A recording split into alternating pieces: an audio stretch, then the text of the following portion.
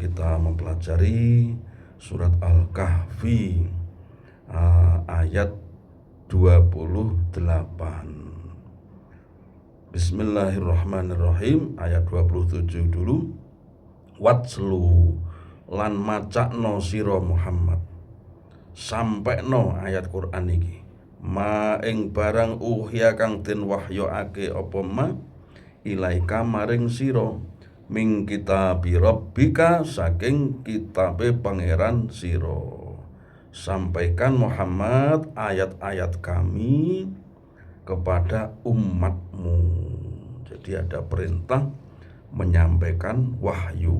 Ini cocok dengan sifat Kanjeng Nabi, yaitu tabligh. Jadi harus menyampaikan, karena beliau juga di samping menjadi nabi, beliau adalah rasul, jadi utusan, maka wajib menyampaikan. La mubaddila, ora ana kang ganteni li kalimatihi kanggo kalimate Rabbika. Tidak ada yang bisa mengubah ayat-ayat Al-Quran. Jadi Al-Quran ini senantiasa dijaga oleh Allah, dijaga oleh para penghafal Al-Quran.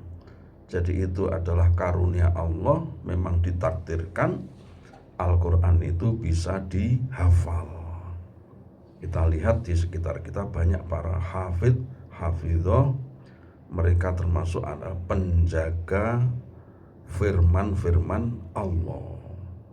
Kalau mereka ditanya, ini ayat ini di surat apa atau di juz berapa, mereka tahu, karena dulu pernah menghafalnya sampai 30 juz. Jadi misalnya wa yaqtulunan nabiyyina bighairil haqq.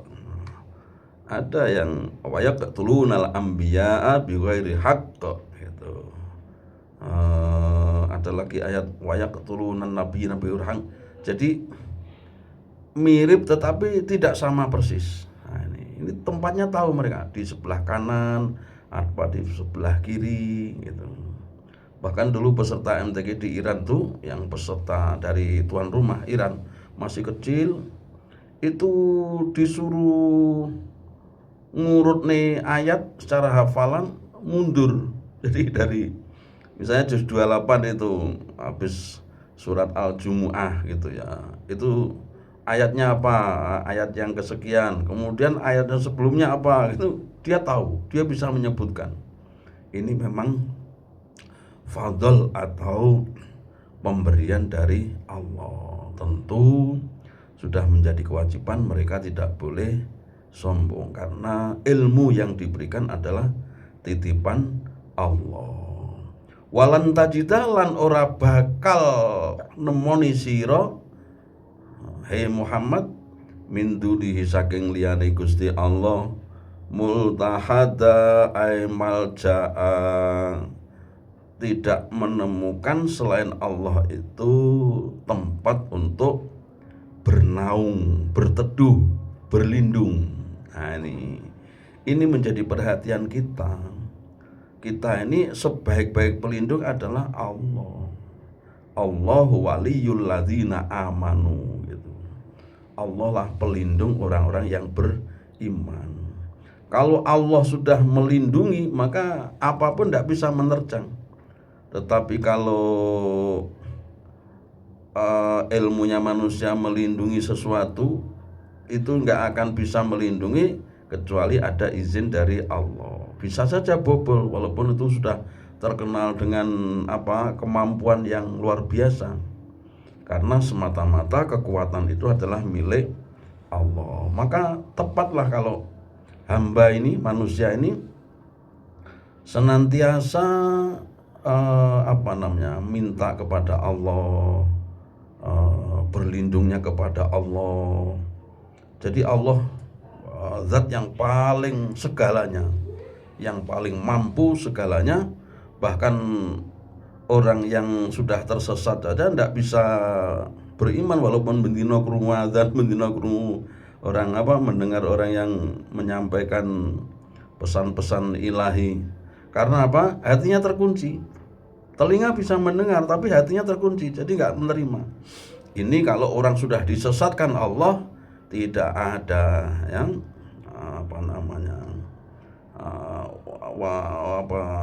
wa may yudlilhu fala hadiyalah. Siapa yang disesatkan oleh Allah, tidak ada orang yang bisa memberi hidayah. Maka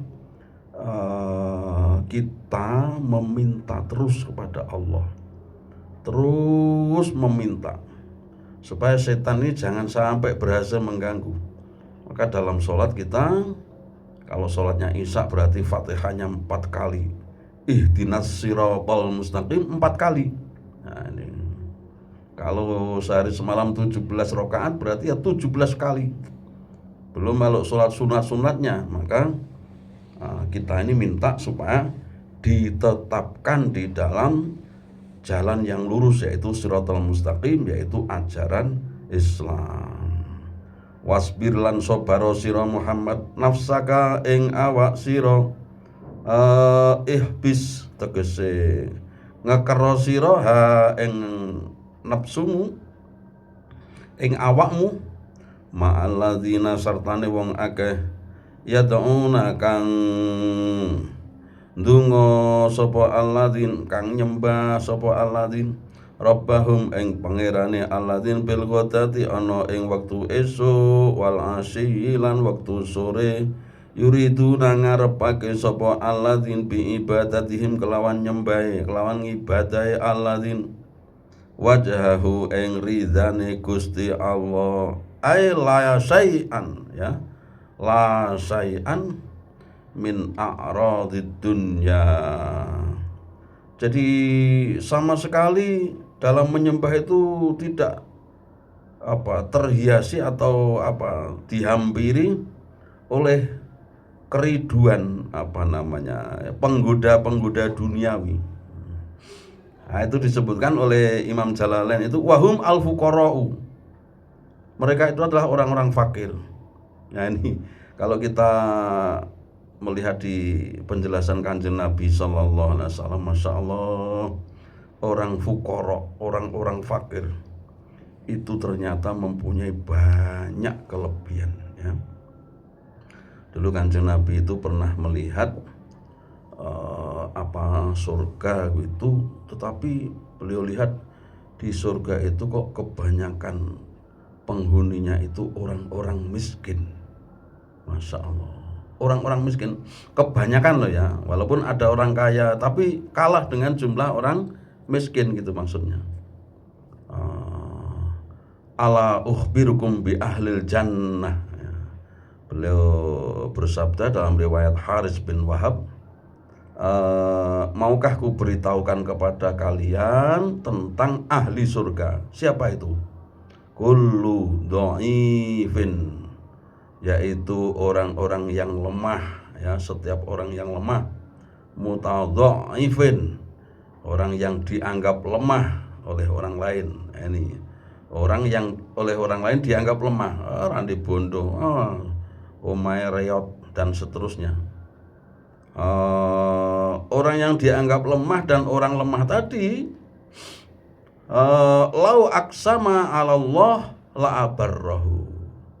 Kalau mereka suatu saat bersumpah demi Allah, ya, bersumpah atas nama Allah, niscaya akan dikabulkan oleh Allah. Nah, ini bahaya banget. Jangan meremehkan orang-orang miskin, orang-orang fakir. Mereka itu kalau berdoa, karena mereka selama ini terbiasa dekat dengan Allah, mintanya kepada Allah tenanan. Kadang-kadang kalau orang punya itu mintanya ya rapatek. Kalau orang miskin sungguh-sungguh betul, karena memang tidak punya, mengharap betul Allah memberi. Nah, ini orang-orang yang mukhlisin seperti ini berbahaya. Lau aqsama 'alallah la abarrahu. Kalau mereka sudah berdoa, maka niscaya Allah akan mengabulkan. Ala ukhbirkum bi ahlin nar. Sebaliknya Nabi menjelaskan, maukah kamu aku ceritakan, aku kabarkan tentang ahli neraka? Kullu utullin jawadin mustakbirin. Masya Allah, yaitu setiap orang yang keras, orang yang kikir, dan yang gemar mengumpulkan harta, serta orang yang sombong. Rawahul Imamul Bukhari wa Muslimun. Jadi setiap orang yang kikir, setiap orang yang kasar, hidupnya itu kasar dengan orang lain, orang yang suka mengumpulkan harta, tidak mau membayar zakat atau lainnya sedekah, sombong dengan kelebihannya, dengan ilmunya, dengan hartanya, dengan ketampanannya atau kecantikannya. Nah, ini sombong gitu. Ini ternyata kebanyakan menjadi penduduk neraka. Na'udzubillah min dzalik. Masyaallah. Termasuk kelebihan lagi orang miskin adalah mereka cepat masuk surga. Yadkhulu fuqara'ul mu'minin al-jannata qabla al-aghniya binisfi yaumin. Binisfi yaumin wa khamsi mi'ati amin. Ya Allah. Jadi selisihnya itu 500 tahun duluan orang miskin yang masuk surga, baru 500 tahun kemudian orang yang kaya. Jadi yang miskin sudah enak-enak di surga, yang kaya masih antri dihisap, uangnya beli ini, buat ini, buat ini. Masya Allah. Bahkan orang miskin itu menjadi penyebab turunnya pertolongan Allah, ya. Hal tungsaruna wa turzaquna illa bidu'afaikum. Rawahul Imamul Bukhari. Jadi Kanjeng Nabi pernah bersabda, kalian hai orang-orang kaya, mendapatkan harta itu, mendapatkan pertolongan Allah, mendapatkan rezeki dari Allah, itu hanya disebabkan orang-orang lemah di antara kalian. Masya Allah. Makanya orang kaya harus berterima kasih kepada orang miskin. Dia kaya itu kan ya atas doa-doanya orang miskin, atas bantuannya orang miskin yang menjadi karyawannya dan seterusnya. Nah ini Kanjeng Nabi diperintah oleh Allah, sabarlah bersama orang-orang yang menyembah Allah baik pagi maupun sore. Mereka ini adalah orang-orang fakir. Ya, pengikut Kanjeng Nabi itu di awal-awal Islam orang-orang fakir miskin. Sumayyah, kemudian Ammar bin Yasir, Ahlus Sufa, ya orang-orang miskin Mekah yang ikut hijrah, kemudian mereka tinggal di pojokan Masjid Nabawi, Ahlus Sufa. Mereka ini karena tiap hari di masjid, tiap hari juga mengikuti pengajian Kanjeng Nabi, jadi ilmunya banyak. Walaupun miskin dari segi zahir, namun mereka banyak ilmu dan pejuang atau penegak agama Allah, dan orang yang sangat dekat kepada Allah. Wala ta'dulan ojo ojo budalan, ojo ngliwati aina ka mata loro sira anhum saking alladzin ane. Kanjeng Nabi dilarang melupakan orang-orang yang fakir tadi. Gak usah berpaling dari mereka itu, gak usah. Maka di antara doanya Kanjeng Nabi itu, ya Allah, kumpulkanlah, jadikanlah aku orang yang menyukai orang-orang miskin. Orang-orang yang menyukai orang-orang yang miskin. Karena itu orang miskin itu ikhlas. Kalau melakukan tugas itu ikhlas. Kalau menyembah pada Allah atau berdoa, ikhlasnya bukan main. Dan mintanya benar-benar minta. Maka Kanjeng Nabi dilarang meninggalkan mereka itu. Turidu zinatal hayatid dunya, turidu ngarepake sapa sira Muhammad zinatal hayatid dunya ing pepaese urip ana donya. Jangan sampai meninggalkan orang fakir dalam rangka apa? Mencari dunia. Seger disempar-sempar disepelekan. Nah, karena kita sedang sibuk mencari dunia ini. Wala tuti, wah ini masih banyak larangan Allah.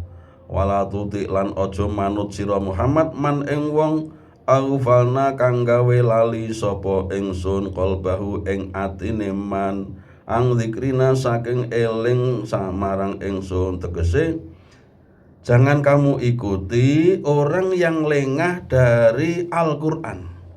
Orang yang lengah dari Al-Qur'an, orang yang tidak mengikuti Al-Qur'an, orang yang menentang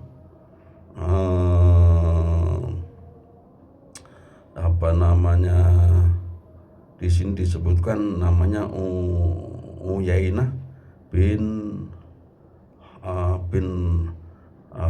Hisn ya, wa ashabahu dan teman-temannya, wattaba'alan melu sapa man hawahu ing karepe man fisirki ing dalam syirik.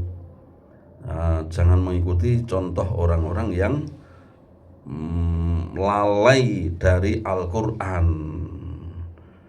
Di zaman sekarang ya jangan sampai lali dari Al-Qur'an, lupa, jauh dari Al-Qur'an, hanya semata-mata ada acara yang lebih keren, ada yang lebih menarik, yang lebih keren, lebih semarak, lebih mendatangkan uang termasuk, lebih kita di situ lebih dihargai orang daripada di kegiatan-kegiatan Al-Qur'an, sehingga di Al-Qur'an itu nggak ada yang menghargai. Itu nggak boleh, karena orang yang mencintai Al-Qur'an, mengikuti Al-Qur'an itu orang yang disukai oleh Allah. Wa kana lan ono apa amruhu urusane man iku furuta ai israfan. Mereka yang mengikuti hawa nafsu, yang lupa kepada Al-Qur'an, lupa dari Al-Qur'an, mereka itu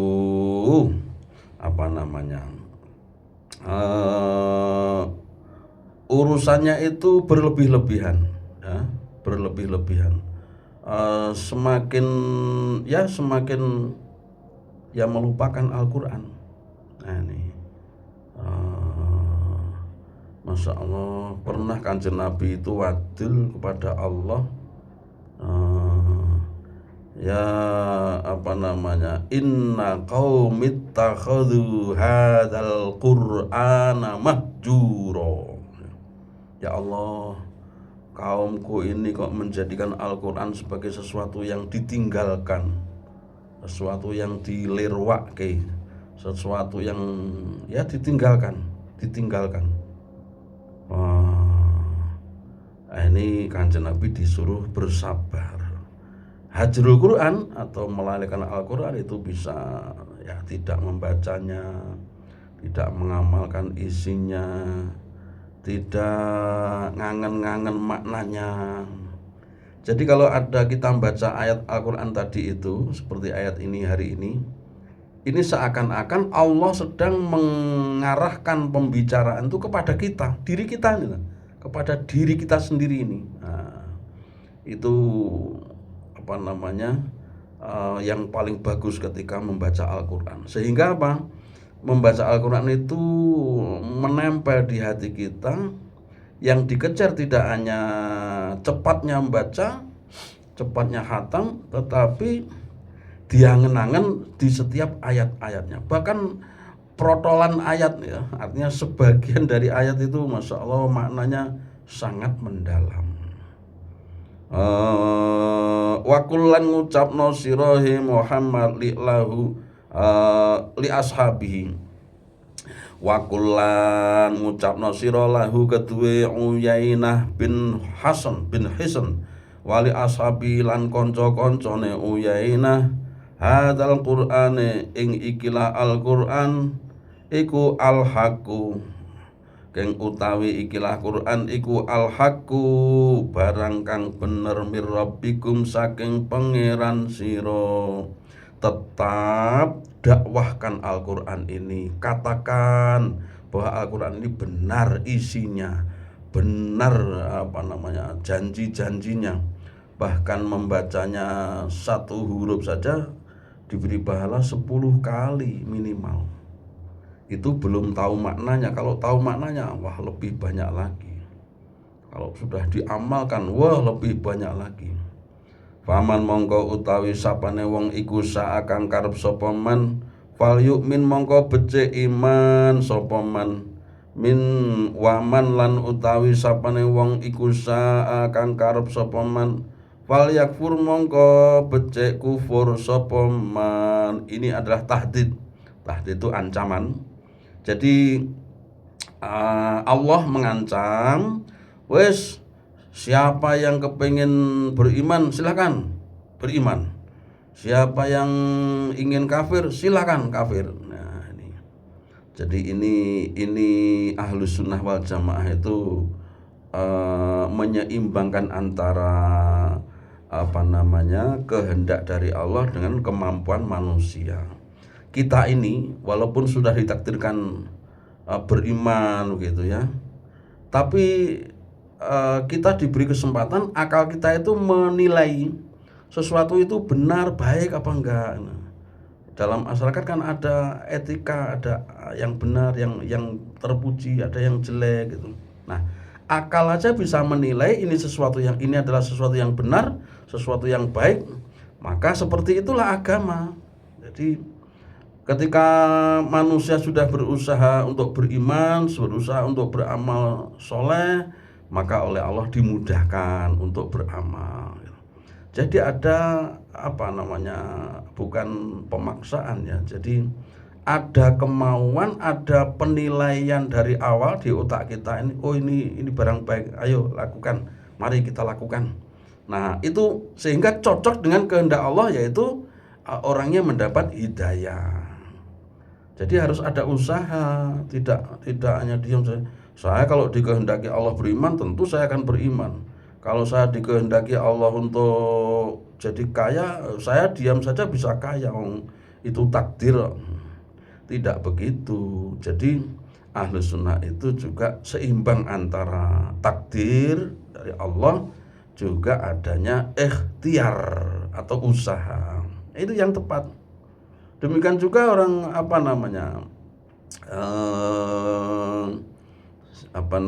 Qadariyah ya, Qadariyah atau Mu'tazilah yang mengatakan bahwa manusia itu beriman atau tidak, beramal soleh atau tidak, itu kan kehendak dia, bukan kehendak Allah. Jadi kalau dia tidak menghendaki, ya tidak mungkin terjadi. Nah, jawaban kita adalah bahwa itu adalah harus seimbang Ahlus Sunnah, ya, pendapat Ahlus Sunnah wal Jamaah. Jadi jangan hanya menggantungkan kepada Allah tanpa usaha, tapi juga jangan menggantungkan pada kekuatan usaha kita. Karena di balik itu ada peran Allah, keterlibatan Allah dalam keberhasilan kita. Jadi kalau saya ini misalnya ya sudah sekolah begitu, sudah berhasil lulus, kemudian saya nah itu adalah karena ada usaha, di samping itu ada takdir Allah gitu loh. Bukan hanya kemampuan saya yang menyebabkan berhasil, enggak. Jadi ada keterlibatan Allah, ada bantuan Allah, ada takdir dari Allah. Sehingga apa? Sehingga saya ya, pemilik ini, manusia ini tidak mengedepankan kesombongan. Tidak mengedepankan ini saya pengakuan seperti itu tidak boleh, karena semuanya adalah titipan itu ya Allah yang memberi. Kalau suatu saat Allah akan mengambilnya. Kemudian Mitra Persada, inna setuhune utawi ingsun Allah iku a'tadna wus nyiapake sapa ingsun lidzalimina kanggo wong-wong kang zalim naron ing neraka ahata kang ngliputi bihim ing wong-wong sing zalim apa suradikuha. Suradiku itu aima ahata biha. Jadi kami Allah sudah menyiapkan tempat orang yang kafir, orang yang zalim. Yang zalim itu yang kafir itu maksudnya neraka kami siapkan, yang neraka itu meliputi mereka. Mereka tidak bisa lari darinya. Nggak ada yang bisa lari atau sembunyi dari siksaan, ancaman. Wa iyastaghi itu lan lamun jaluk tulung sapa zalimin yuga sumangka den paringi pitulungan sapa zalimin bimain kelawan banyu kal muhli ay ka akri zaiti. Airnya itu tidak air murni, airnya itu sudah panas, air dari neraka ya. Jadi seperti minyak begitu, udah kena api neraka, airnya panas. Padahal orangnya haus kok dikasih panas api neraka, bagaimana minumnya? Jadi nggak menghilangkan haus. Yaswi apa jenenge yaswi kang nyentuh to kang nggodhog kang ngerusak al wujuha ing pira-pira wajah min harrihi saking sebab panase muhel, panase neraka. Iza qaruba nalikane parek ilaiha maring apa jenenge nar al muhel. Bisa Allah banget apa syarabu inuman wasa iku huwa ya iku muhal itu ada sejelek-jelek minuman. Wasaat lan Allah banget ayin naru tegese neraka apane murtafaqon ay murtafiquha ay muqabilu muqabilati fil jannah. Jadi neraka itu adalah teman yang paling jelek, teman yang paling jelek.